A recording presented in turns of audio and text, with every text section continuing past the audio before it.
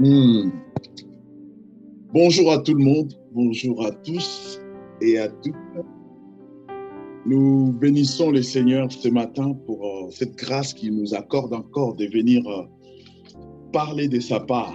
Et nous sommes très contents parce que nous savons que le commanditaire, c'est Christ et nous sommes juste des ouvriers, nous sommes juste ces travailleurs. Et ce matin, nous bénissons Dieu pour ce moment de partage, ce moment de communion par le Saint-Esprit. Merci pour l'attention et le temps que nous nous accordions pour pouvoir venir dans la présence de Dieu. Merci beaucoup et soyez bénis dans vos foyers, dans vos familles, là où vous êtes, que le Seigneur vous visite par sa grâce et que son amour se manifeste sur vous. Bien-aimés, je viens ce matin nous parler de la Pâque, parce que vous savez tous, c'est la Pâque aujourd'hui. Et les gens se partagent des œufs de Pâques, le lapin, tout ce que vous savez, les chocolats, tout ce qui se mange, tout ce qui se distribue pendant la fête des Pâques. Et ce matin, le Seigneur a mis dans mon cœur aussi de revenir, parce que la Pâque, on en parle tous les ans, pardon. Et nous en avons parlé l'année dernière. Bon, cette année encore, nous revenons parler de la Pâque. Et je ne sais pas si ça sera de la même manière, mais je pense que le Seigneur nous a fait comprendre les choses autrement. Et voilà pourquoi nous voulons les transmettre à son peuple. Et ce matin, bien-aimés, comme je le disais, l'Église, ou si vous voulez, les chrétiens, en termes génériques ou en général, ils célèbrent ou ils pensent à la Pâque ou ils célèbrent la Pâque du Seigneur. Et pour ceux qui n'ont pas été avec nous, je l'ai dit l'année dernière, et ça c'est quelque chose, c'est un rappel qui se fait tous les ans pour nous montrer un peu l'origine de la Pâque. L'origine de la Pâque, nous la trouvons dans le livre d'Exode, Exode chapitre 12, à partir du premier verset, et vous pouvez lire jusqu'à la fin si vous avez le temps, mais sinon, si vous pouvez vous arrêter même au verset 15 ou quoi, vraiment, vous aurez déjà une idée pourquoi et comment Israël devrait le faire. Donc, je vais lire un peu rapidement pour nous amener dans le contexte. L'Éternel, je suis dans Exode 12, verset 1er. L'Éternel dit à Moïse et à Aaron, dans le pays d'Égypte, ce mois-ci sera pour vous le premier de mois.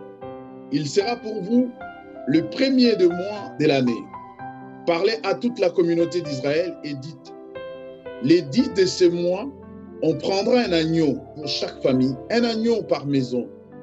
Si la famille est trop petite, si la famille est trop peu nombreuse pour un agneau, on le prendra avec son voisin le plus proche de la maison, selon le nombre de personnes. Vous répartirez cet agneau d'après ce que chacun peut manger. Ça sera un agneau sans défaut, mâle, âgé d'1 an. Vous pourrez prendre un agneau ou un chevreau. Vous l'aurez en garde jusqu'au 14e jour de ce mois, et toute l'assemblée de la communauté d'Israël immolera entre les 2 soirs. On prendra de son sang et l'on mettra sur les 2 poteaux et sur le linteau de la porte de maison où l'on en mangera. Cette même nuit, on en mangera la chair, on la mangera rôtie au feu avec du pain sans levain et des herbes amères. Vous ne le mangerez pas à demi-cuit, ni bouilli dans l'eau, mais il sera rôti au feu, la tête avec les pattes et les entrailles.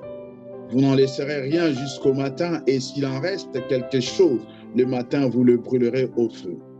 Voici comment vous le mangerez, une ceinture à vos reins, vos sandales aux pieds et votre bâton à la main, et vous le mangerez à la hâte. C'est la Pâque de l'Éternel. Voici comment vous le mangerez. L'agneau, bien sûr. Une ceinture à vos reins, vos sandales aux pieds et vos bâtons à la main, et vous les mangerez, à la hâte. C'est la Pâque de l'Éternel. Cette nuit-là, je parcourrai le pays d'Égypte et je frapperai le premier-né du pays d'Égypte, depuis les hommes jusqu'au bétail, et j'exercerai des jugements contre tous les dieux de l'Égypte. Je suis l'Éternel. Le sang vous servira de signe sur la maison où vous serez. Je verrai le sang, je passerai au-dessus de vous et il n'y aura pas sur vous de fléaux destructeurs quand je frapperai le pays d'Égypte. Ces jours-là, c'est ces jours. Ça sera, pour vous un souvenir et vous les célébrerez comme une prescription perpétuelle dans chaque génération. Je m'arrête là. Bien-aimés, nous sommes en Égypte. Le peuple hébreu est captif et esclave en Égypte. Vous connaissez l'histoire des Hébreux, comment ils se sont retrouvés en Égypte et après la mort de Jacob, après la mort de Joseph, qu'est-ce qui s'est passé? Il y a eu un autre pharaon et ce pharaon n'a pas connu Joseph et il a maltraité le peuple et le peuple est devenu esclave. Et le peuple priait et le Seigneur a répondu à leur prière. Un jour, il va voir Moïse et dire à Moïse, va, je t'envoie libérer mon peuple, faire sortir mon peuple, libérer mon peuple de l'esclavage. Et Moïse va obéir, vous savez les conditions, comment il a obéi, comment il s'est retrouvé devant Pharaon. Il a dit tout ce que le Seigneur avait dit de dire. Et là où nous sommes dans Exode 12, le Seigneur a déjà frappé Israël, le Seigneur a déjà frappé Israël de 9 fléaux. De 9 plaies. Et là, il va annoncer la 10e plaie et il donne cette instruction. Il dit, ça c'est la dernière. Et la dernière, ça sera tellement fort. Ça sera tellement forte, et que Pharaon n'aura pas le choix. Il va vous libérer. Et comme signe de cette libération, voilà, vous allez partir. Et la nuit où je vais passer pour frapper les premiers-nés d'Égypte, je frapperai toute l'Égypte, mais sauf dans des maisons où il y aura la marque du sang. Dans ces maisons, je passerai, je ne toucherai pas. Et ces maisons, ce serait les maisons des Israélites. Voilà ce que vous allez faire. Il dit à Moïse, tu diras au peuple de prendre un agneau mâle, un agneau sans défaut, âgé d'1 an, de mettre à part. Vous garderez cet agneau, vous l'observerez pendant 14 jours. Et la nuit, avant la nuit où je passerai pour détruire les premiers-nés d'Israël, des Égyptiens, vous mangerez cet agneau. Vous couperez cet agneau, vous le mangerez en famille. Il a donné les instructions comme nous venons de les lire. Vous le mangerez en famille. Et lorsque vous le mangerez en famille, faites attention, vous ne brûlerez pas, vous n'allez pas bouillir la viande. Vous mangerez l'agneau comme un holocauste. Vous mangerez vraiment en entier. Il ne faudrait pas le couper en morceaux. Et lorsque vous aurez tué l'agneau, vous prendrez de son sang que vous mettrez sur le chambral ou sur le poteau de la porte et sur le linteau. Vous appliquerez le sang pour que lorsque l'ange de la mort passera, qu'il voie le sang et qu'il passe outre. Bien-aimés, excusez-moi, je reviens un peu en arrière. Je dis, nous sommes dans une recommandation du Seigneur et nous avons ici la célébration où le Seigneur institue la Pâque. Et lorsque nous lisons la Pâque, et ici dans Exode, nous voyons que la Pâque est écrite avec 100 S. Mais lorsque nous sommes dans le Nouveau Testament, nous remarquerons que la Pâque est écrite avec S. Et je vais expliquer tout ça rapidement. La Pâque, déjà l'étymologie, la Pâque vient du latin qui signifie Pasqua, qui veut dire nourriture. Et Pasqua vient du verbe passere, qui veut dire paître, et du latin ecclésiastique, pascha, qui lui-même est emprunté du grec pascha aussi, mais avec P-A-S-C-H-A,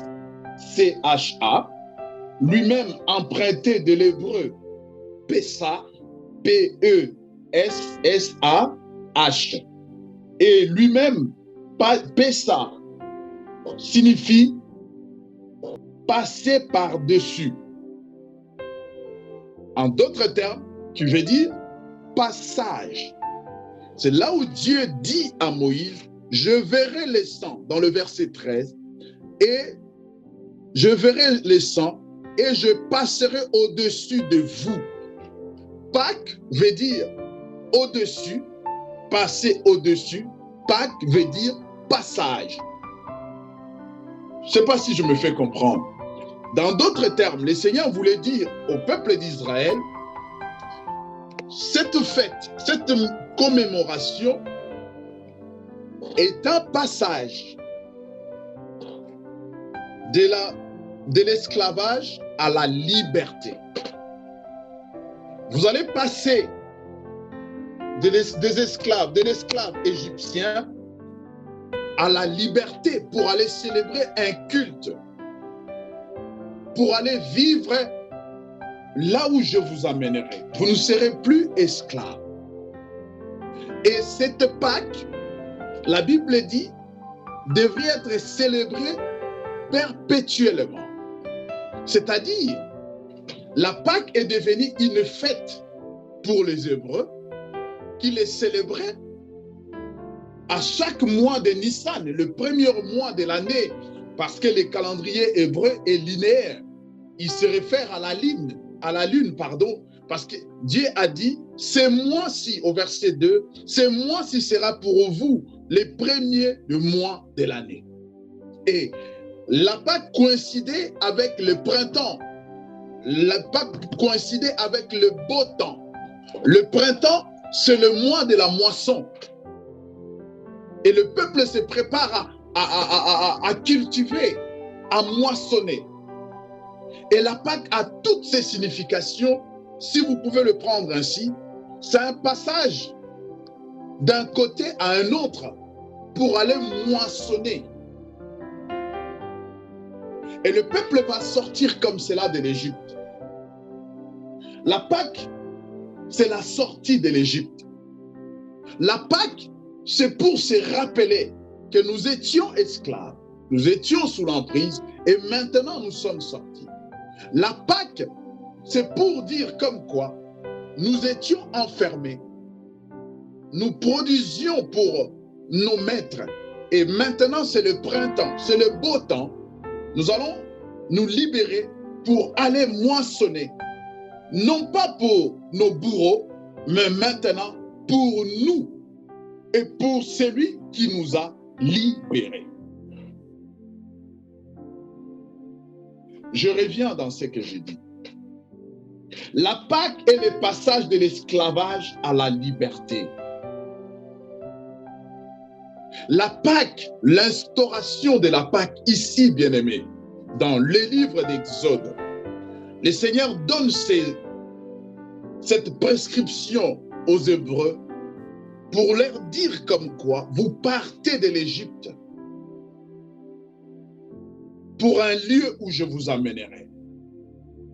Et le peuple ici, le peuple, lorsque le peuple sort de l'Égypte, les Hébreux ne sont pas sédentaires. Ils sont en nomades. Parce que de l'autre côté de la mer Rouge, ils ne se sont pas établis tout de suite. Ils ont marché, vous savez, ils ont passé des villes, ils ont passé des endroits jusqu'à Canaan, la terre où Dieu avait promis à Abraham.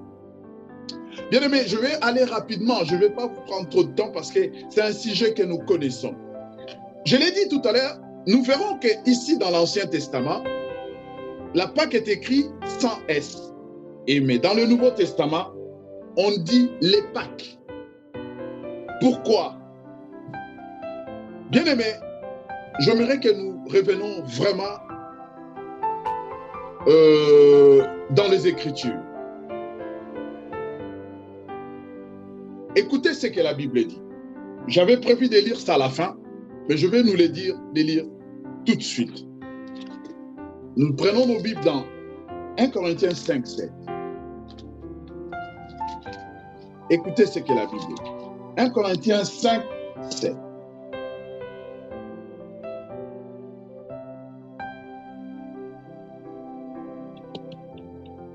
Deux Corinthiens, pardon. Je crois 2 Corinthiens parce que je suis dans 1 Corinthiens. 2 Corinthiens 5, 7.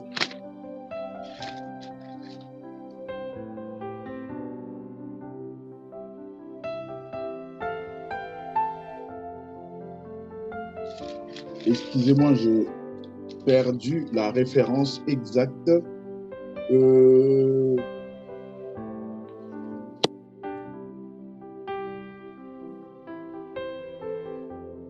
Non, c'est 1 Corinthiens 5, 7. C'est moi qui suis trompé, c'est 1 Corinthiens 5, 7. Écoutez ce que la Bible dit. Purifiez-vous du vieux levain, afin que vous soyez une pâte nouvelle, puisque vous êtes sans levain, car Christ, notre Pâque, a été immolé. Je reprends. 1 Corinthiens 5, 7. Purifiez-vous du vieux levain, afin que vous soyez une pâte nouvelle, puisque vous êtes sans levain, car Christ, notre Pâque, a été immolé. Bien-aimés,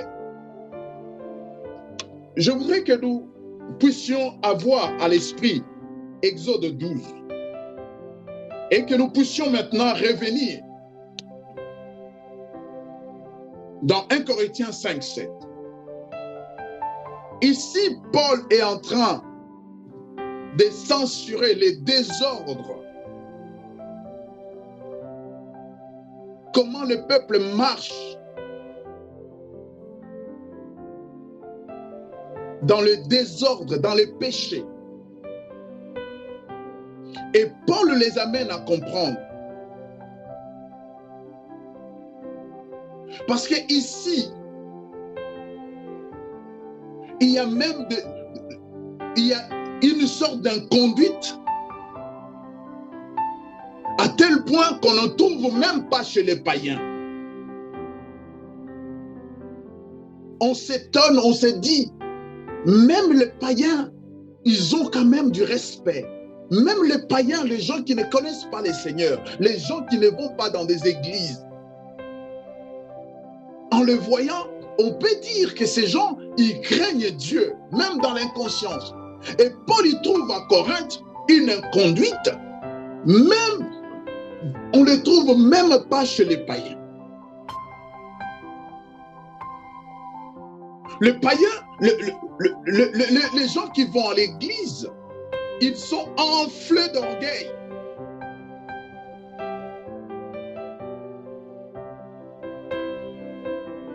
Ils sont dans la fornication. Ils sont dans les mensonges. Ils sont dans l'infidélité. Ils sont dans les guéguerres. Ils sont dans des divisions. Paul va jusqu'au point de demander à ce que, parce que dans cette église, dans ce milieu, il y avait un homme qui avait pris la femme de son père, sa belle-mère. Et Paul il dit, une telle personne, il est digne d'être livré à Satan pour que sa chair soit détruite et que son esprit soit sauvé.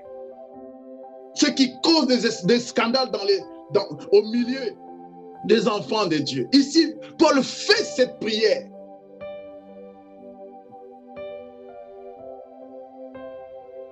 Pourvu que le nom du Seigneur soit préservé.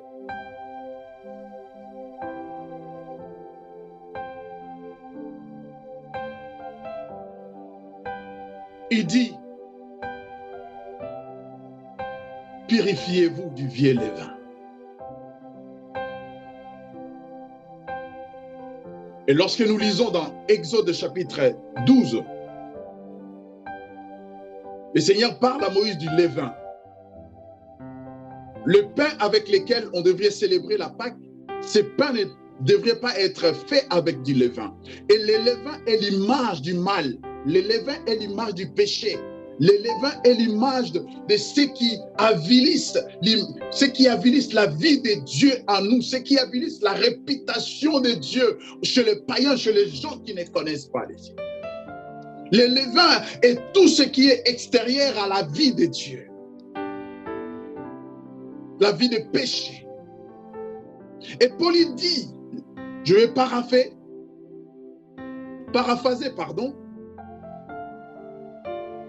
il dit, purifiez-vous de vos anciens péchés, afin que vous soyez une vie nouvelle, puisque vous êtes sans péché, car Christ, notre Pâque, a été immolé.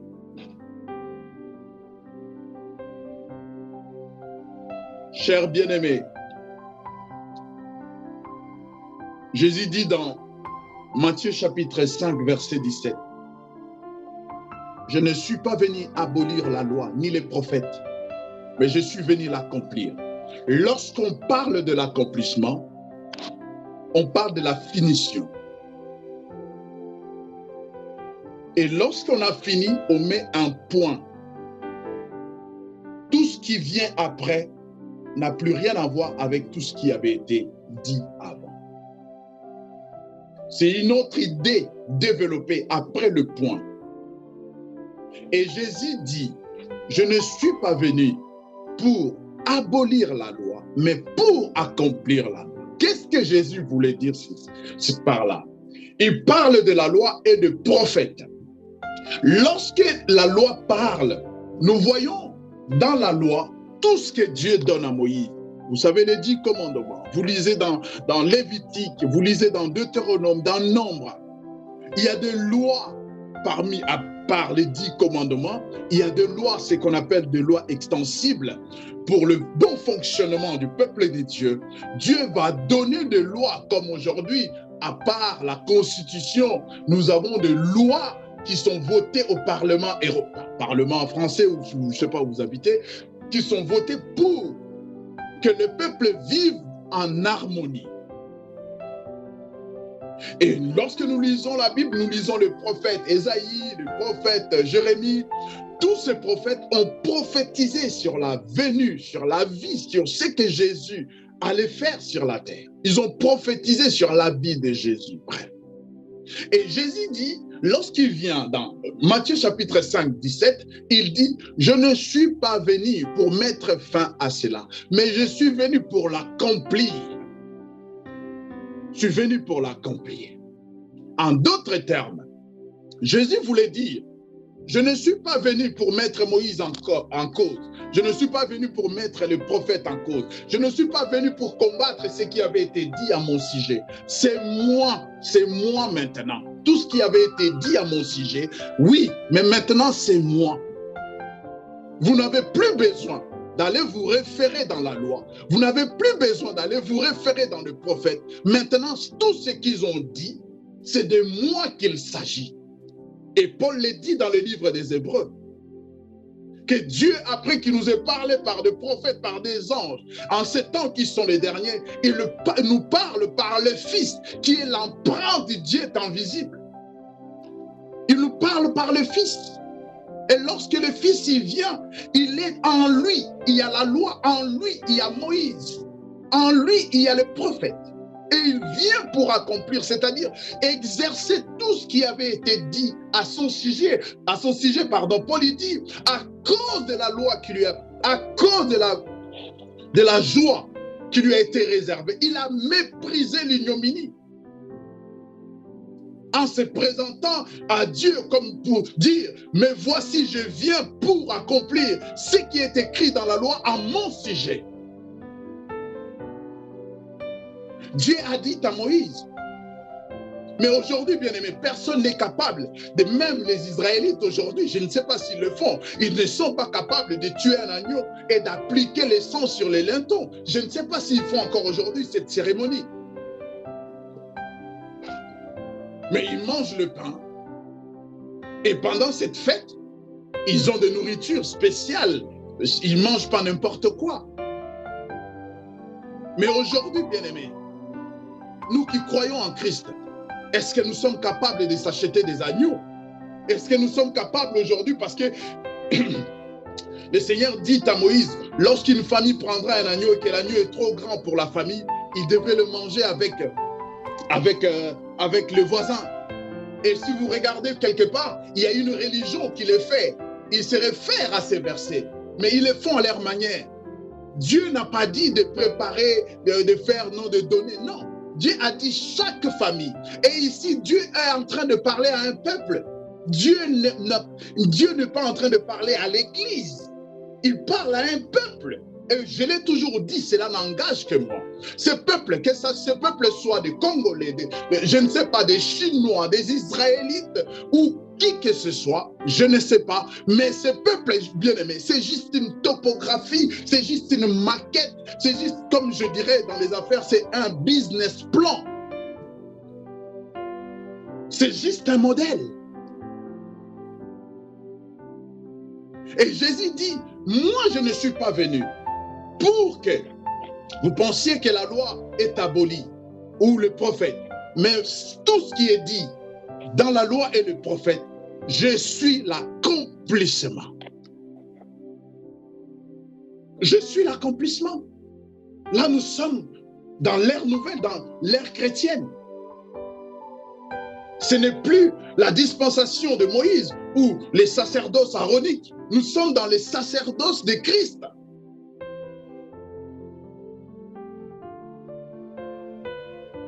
Il vient comme notre Pâques.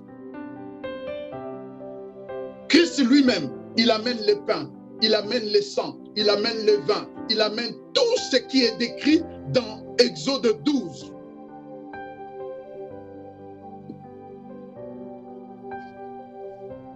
Croyez-moi, bien-aimés, Christ étant que juif, il fêtait la Pâque. Ce n'était pas sa première Pâque. Ce qui est fait référence dans Matthieu 26, ce n'est pas sa première Pâque. Il l'a fêté, pardon, comme tous les Hébreux, comme tous les Juifs. Mais le problème, ce n'était pas ça. Lorsqu'il vient dans, Paul nous dit, ça c'est après, Paul nous dit, Christ est notre Pâque. Et lorsque Christ lui-même il vient, il dit ceci, prenez ceci. Il prend quoi? Il prend le pain. La Bible dit, il rend grâce. Il dit, ceci est mon corps.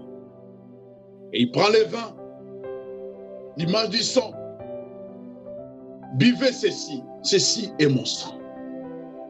Voilà pourquoi, bien-aimés, ceux qui n'ont pas compris Jésus, lorsqu'il avait été question de manger la chair et de boire le sang, beaucoup sont partis. Et c'est le cas aujourd'hui, bien-aimés. Beaucoup de personnes croient que le fait de célébrer la Sainte Seine, c'est ça de manger la chair et boire le sang. Oh, bien-aimés, l'ignorance. Mon peuple périt faute de connaissance. À l'église de Corinthe, il faisait cela. Lisez bien les livres de Corinthiens. Vous verrez, à l'église de Corinthe, ils prenaient le vin et ils prenaient le pain. Mais ce n'était pas de cela qu'il s'agissait. Jésus dit, prenez ceci, ceci est mon corps, qui sera brisé pour vous. Et prenez ce vin, c'est le sang de la nouvelle alliance, qui sera versé pour vous. Qui sera versé pour vous. Il n'a pas fait boire à ses disciples son sang. Mais il a dit, ce vin est l'image. Ce vin symbolise. Ce vin, si vous voulez enlever les deux mots que j'ai dit, ce vin représente. Ce vin représente le sang de la nouvelle alliance qui sera versé pour vous. Comprenez une chose, bien-aimée. La Pâque, Ce n'est pas se donner des cadeaux, ce n'est pas se donner des chocolats. La Pâque, ce n'est pas de remuer les rameaux. La Pâque, ce n'est pas de prendre la Sainte Seine. Ce n'est pas de prendre la Sainte Seine. Lorsque il était arrivé au fin de sa vie, la Bible dit, il n'a pas reculé. On est venu les chercher. Même le même jour, avant qu'ils descendent en Jérusalem, il dit aux disciples, retournons à Jérusalem. Ils disent, non Seigneur, ils ont cherché à te tuer récemment. Et comment on va encore? Il dit, retournez, car maintenant, celui qui devait me vendre, il est prêt maintenant. La volonté de Dieu, est-ce qu'il n'est pas écrit que le Christ sera vendu, sera livré et tué, enterré et ressuscité le troisième jour? Il avait été question de la vie. Il avait été question de la vie, bien-aimé.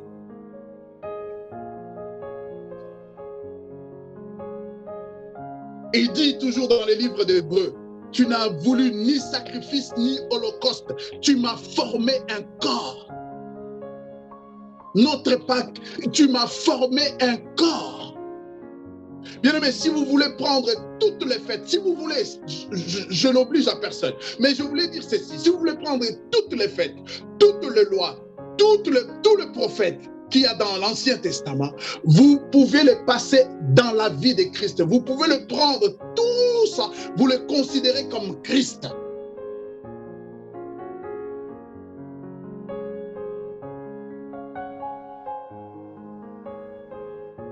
Voilà pourquoi lorsque des fois la foule venait pour les tenter, Moïse nous a dit, il disait, non, Moïse vous a dit, mais moi je vous dis. Oh Seigneur, le peuple vit toujours dans le passé. Le peuple veut toujours le joug de l'esclavage. Le peuple pense toujours au concombre, pense toujours à la souffrance, ironiquement, de l'Égypte. Et ces derniers temps, il y a une polémique sur la toile, sur les talits, sur ceci. Oh, cher bien-aimé, évoluons, grandissons, devenons un peu matures. Devenons un peu matures.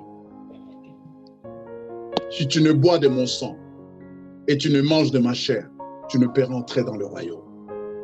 Et Christ vient, je disais, Christ vient dans la totalité, dans la consistance, dans l'essence même du mot Pâques. Je l'ai dit, dans le Nouveau Testament, on dit les Pâques au pluriel. Et Christ vient dans tous ces aspects de ces Pâques-là. Il représente tous les aspects de ces Pâques. La Pâque, la vraie Pâque bien-aimée, c'est Christ. Et la Bible dit, notre Pâque, Christ a été immolé. Et Christ, il vient, comme ce que je nous ai dit, il vient, bien-aimé, comme un passage de l'esclavage à la liberté. Christ, il vient comme un renouveau dans notre vie. Il vient comme un renouveau. Dans Jean chapitre 3, verset 3, il dit à Nicodème, si tu n'es né de nouveau, tu ne peux voir le royaume. Et si tu n'es né de l'esprit, d'eau et de l'esprit, tu ne peux entrer dans le royaume. Et cela, on ne s'en occupe pas. Les gens ne calculent pas de naître de nouveau. Les gens sont focalisés sur, bon, qu'est-ce qu'il a dit, les liens, les hôtels. Non, il dit, bien-aimé, croyez-moi, nous prenons ces écritures. Je prends cette écriture, je vais l'appliquer en Afrique, en Asie, en Océanie. Je vais appliquer cette écriture partout. Nous prenons cette écriture. Si tu n'es né d'eau et de l'esprit, si tu n'es né de nouveau, tu ne peux voir le royaume de Dieu. Naître de nouveau, c'est être renouvelé dans son intérieur, être renouvelé dans son intelligence. Naître de nouveau, c'est se conformer à Christ. Regardez la vie de Christ. Qu'est-ce que nous lui reprochons aujourd'hui? Africains, Européens, Asiatiques, je ne sais. Qu'est-ce que nous reprochons à la vie de Christ aujourd'hui?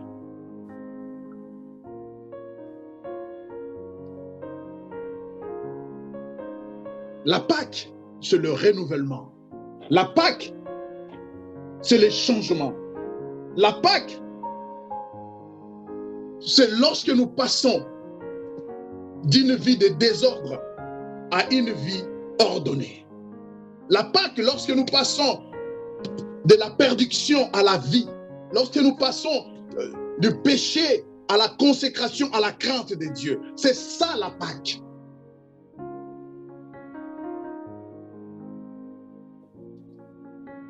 Jésus, il vient comme le renouveau, je l'ai dit. Il est dit dans 2 Corinthiens, chapitre 5, verset 17. Si quelqu'un est en Christ, il est devenu une nouvelle créature. Les choses anciennes sont passées et voici toutes choses sont devenues nouvelles.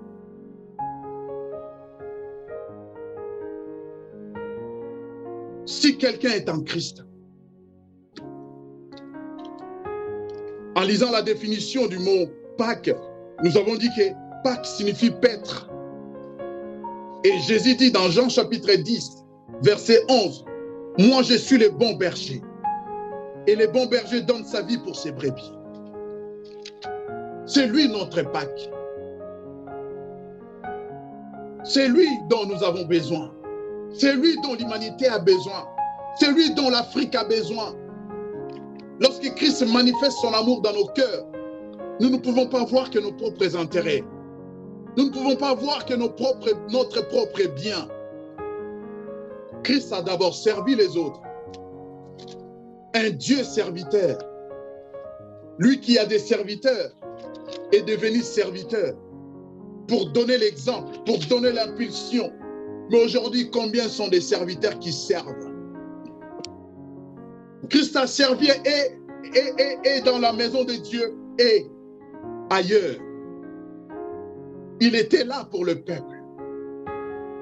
Lorsque les disciples ont dit, renvoyez ces gens, il fait nuit, il va faire nuit bientôt, qu'ils aillent chercher à manger. Jésus a dit, vous donnez-leur à manger. Le bon berger, il se préoccupe de ce que son peuple doit manger. Et c'est ce qui manque à nos dirigeants africains aujourd'hui. C'est ce qui manque à nous serviteurs aujourd'hui. Nous nous préoccupons quelle voiture que je vais acheter demain, quelle maison, quelle salle que nous allons acheter demain, quelles chaussures, Nous sommes tellement bas et nous sommes tellement matérialistes. Nous nous regardons qu'à nous. Jésus a dit, vous donnez-leur à manger. Et écoutez la réponse des disciples. Ici, nous n'avons qu'un enfant. C'est-à-dire, même les disciples, ils allaient crever de faim ce soir-là. Ils n'avaient rien. Il n'y avait qu'un petit enfant. Sa gamelle. Le petit n'avait que sa gamelle.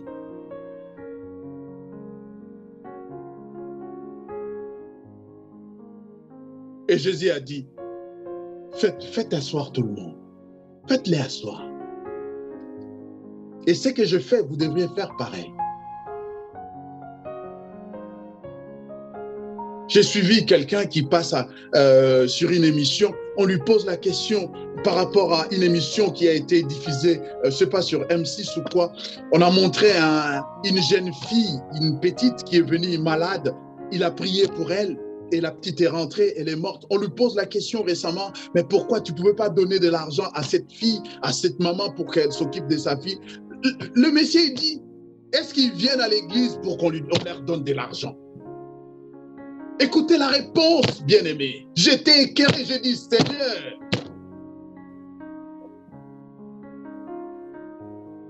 une réponse sans sagesse, terre à terre, et des gens comme ça, ils drainent du monde derrière eux.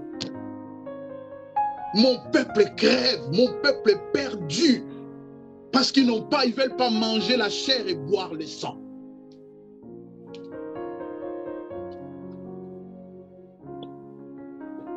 Nous sommes dans des choses superficielles. Nous croyons que les uns ont le monopole de scruter les Écritures et de les comprendre. Nous, non. Nous attendons qu'ils viennent nous dire des choses. Et vous vous étonnez qu'on vous maltraite, que vous soyez spoliés, que vous soyez arnaqués. Mais c'est vous-même. C'est vous-même. C'est vous-même. La parole de Dieu n'est pas comme le code civil de la loi française. les codes pénals ou les codes civils si vous voulez. J'en ai à la maison, mais des fois vous regardez le volume, vous dites, ah, comment je ferai pour finir tout ça? Je ne parle pas de la Bible, je parle de la parole de Dieu. Je parle de la parole de Dieu. Lorsque quelqu'un veut comprendre les choses, rentre en méditation profonde avec Dieu, et Dieu lui dit des choses, c'est ça la parole de Dieu. Tu peux lire la Bible de Genèse à Apocalypse, tout finir. Tu ne vas pas comprendre la parole de Dieu.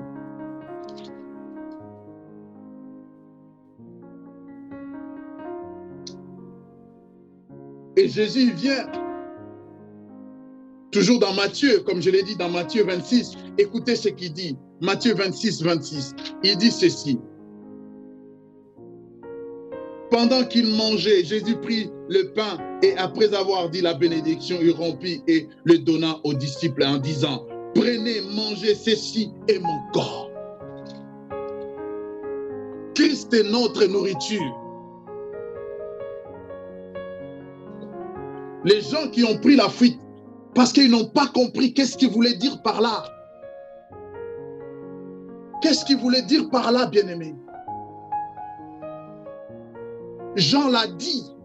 Dans Jean chapitre 1er, il est dit, au commencement était la parole, et la parole était avec Dieu, et la parole était Dieu. Lorsque Christ il dit, ceci est mon corps, il dit, ceci est la parole, prenez-en, mangez la parole.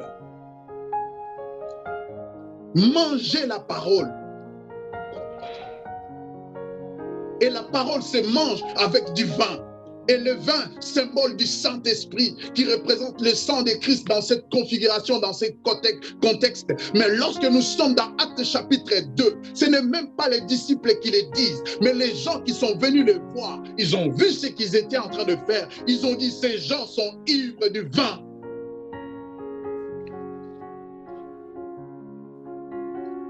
Sont ivres du vin.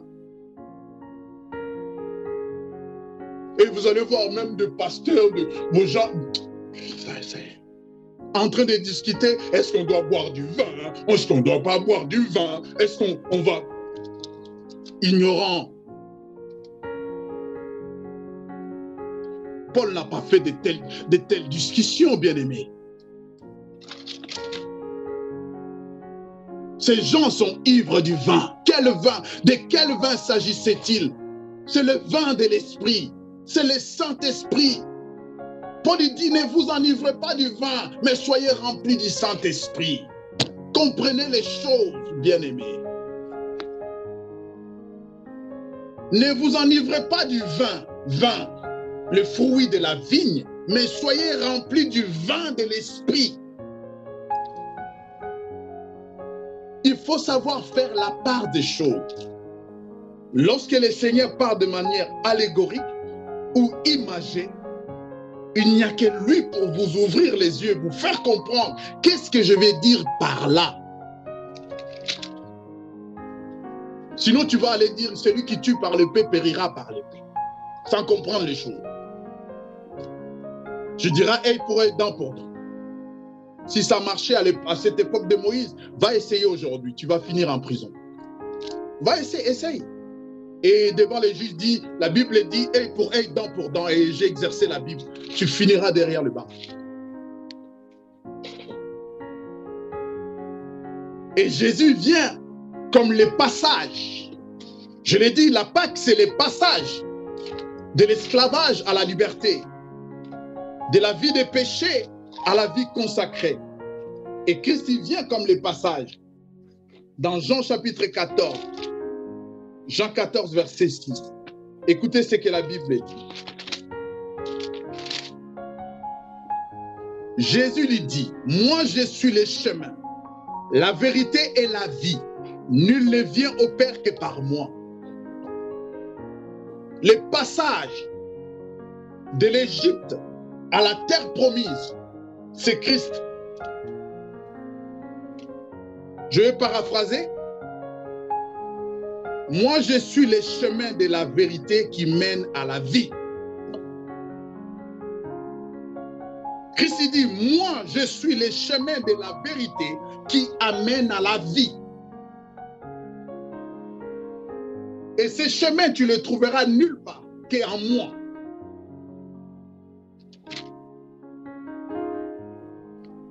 Christ, notre Pâque, a été immolé. Christ comme nourriture, c'est dans Ega Ha Pesa. Christ comme nourriture en hébreu, c'est Lehega Ha Pesa. Christ comme agneau pascal. 1 Corinthiens 5, 7. Christ, notre Pâque, a été immolé. Cet agneau que les Israélites devraient prendre, un agneau saint, un agneau sans défaut, un agneau mâle, cet agneau est l'image de Christ. Et Jean voit cela par révélation. Jean va voir cela lorsqu'il est dans l'île de Patmos. Jean va observer cet agneau. Et Jean dit que cet agneau est là depuis la fondation du monde, avant que le monde soit monde. Lorsque Adam péchait, lorsque Ève était en train d'être séduite par le diable, cet agneau était là. Apocalypse 5, 12. Il disait d'une voix forte, l'agneau qui a été immolé est digne de recevoir puissance, richesse, sagesse, force, l'honneur, gloire et louange. Cet agneau qui tout autour de lui, il y a des myriades et des myriades, des milliers et des milliers d'anges, des êtres vivants. C'est Christ.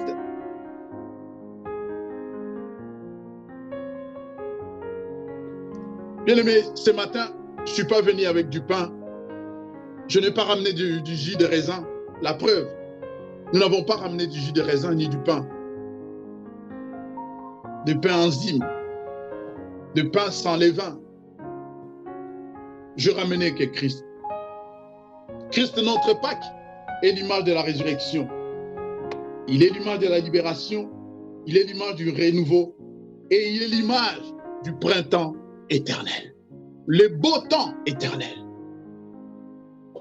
Il dit, acceptez que vous souffrez dans cette chair, dans ce corps. Acceptez. Si moi qui suis un bois vert, j'ai été maltraité de la sorte, et a fortiori vous, les bois secs.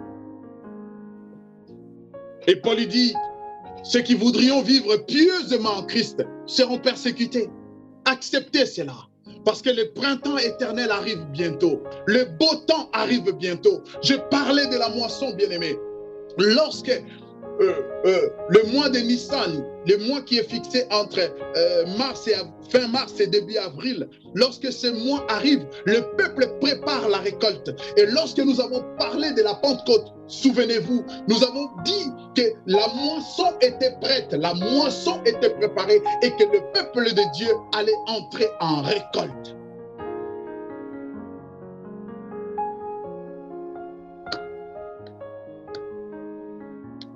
Christ, notre Pâque, a été immolé. Que voulez-vous d'autre? Que voulez-vous qu'on dise? Je ne peux pas inventer des choses. Vous célébrez la Pâque, oui.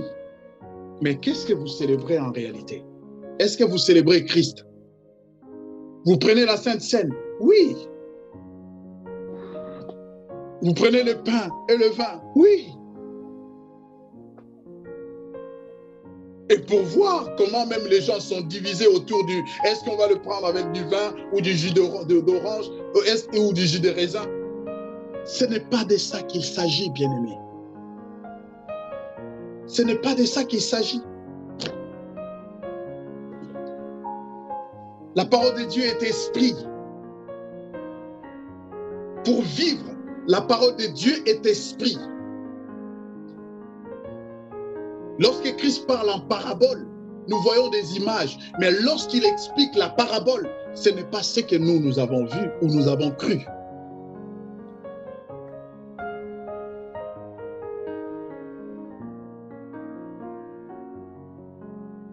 Ce n'est pas ça. Il ne s'agit pas aujourd'hui de manger du pain enzyme. Nous sommes religieux et nous sommes restés dans des éléments que nous ne comprenons pas des fois.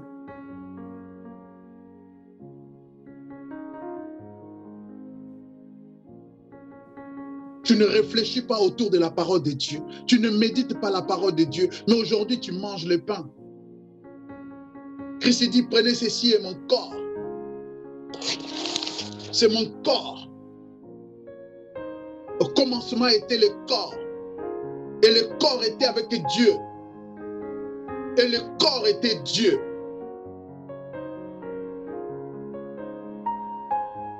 Mon corps est esprit et vie.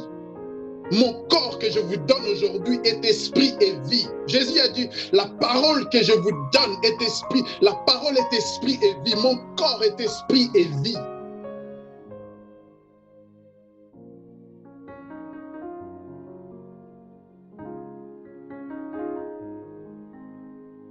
Nous nous méditons, nous ne lisons même pas la parole. Mais aujourd'hui, nous sommes devant comme des saints. Nzoto ya Kristo, amen. Sikoyo. Hypocrite. Hypocrite. Et nos frères pygmées qui sont dans la forêt équatoriale, qui n'ont pas l'argent, qui n'ont pas du pain enzyme, qui n'ont pas de jus de raisin ou du vin, qu'est-ce qu'ils vont faire pour manger le corps et boire le sang de Christ? Expliquez-moi.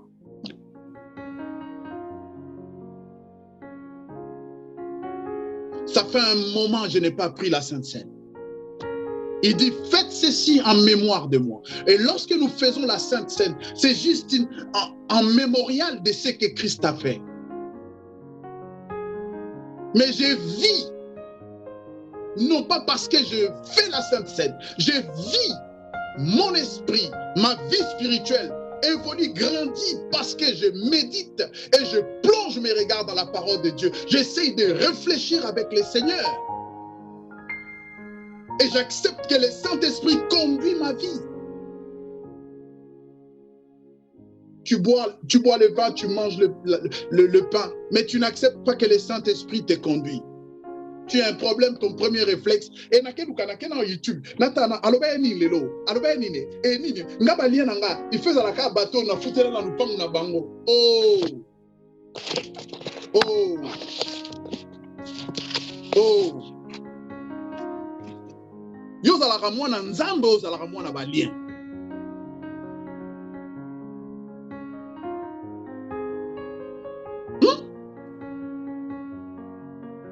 1 Corinthiens 5, 17 elobi. Soki mutu aza na Yesu, akomi ekelamu ya sika. Balien na ye, ya mama ya papa na ye, ya bandeko na ye, ya bakoko na ye, ekomi makambo akala.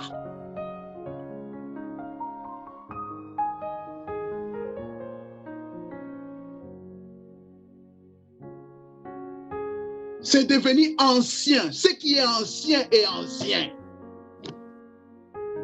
Aujourd'hui, si tu sors le franc français, tu vas acheter quelque chose dans une boutique, ils vont te traiter pour un malade parce que le franc français est devenu ancien. L'ancienne monnaie. Toi, tu traînes et ta nouvelle et ton ancienne vie, tu les traînes les deux à l'église. Change. Change. Si tu trouves que les liens, les autres, tout ça, ces choses-là te suivent, c'est que tu n'es pas encore converti, né de nouveau, change ta vie. Notre Pâques, Christ a été crucifié pour nous. Christ a pris les liens, il a pris le péché, il a tout pris à la croix. On l'appelle victime propitiatoire. Il nous a substitué. Notre place, c'est lui qui l'a pris. Il a pris pour les Africains, il a pris pour tout le monde. Moi, comme je l'ai dit, je ne reproche rien à Christ. Quand je regarde sa vie, je regarde ce que dit la vie de Christ, je regarde cela, je dis, oh, si le monde pouvait comprendre ces choses, le monde, on vivrait dans la paix, dans l'amour, et chacun se réjouirait de ses richesses, de sa vie, de son pays. Peut-être que nous ne serions pas ici, éparpillés par tout le monde. On serait restés dans nos pays. On serait restés dans nos pays. Mais parce que nous sommes cruels, nous sommes méchants, sadiques. Christ, notre Pâques, a été immolé. La Pâques, Je l'ai dit, c'est la résurrection. Je prie ce matin que quelqu'un ressuscite. Je prie, Seigneur, je t'en supplie, que quelqu'un renaisse. Je prie, Seigneur, qu'une vie soit libérée. Je prie, Seigneur, qu'un renouveau revienne dans une vie. Que le renouveau, Seigneur, se manifeste. Et que le printemps éternel, et que nous puissions nous projeter, Seigneur, dans le printemps éternel. Papa, bénis ton peuple et bénis cette parole dans nos cœurs. Merci Jésus pour ton sacrifice suprême. Merci. Donne-nous, Seigneur, à plonger nos regards dans ta parole. Et que la plénitude du Saint-Esprit nous éclaire en toutes choses. Car la chair ne sert de rien, c'est l'Esprit qui vivifie. Au nom de Jésus, je t'ai ainsi prié, Seigneur, je dis Amen.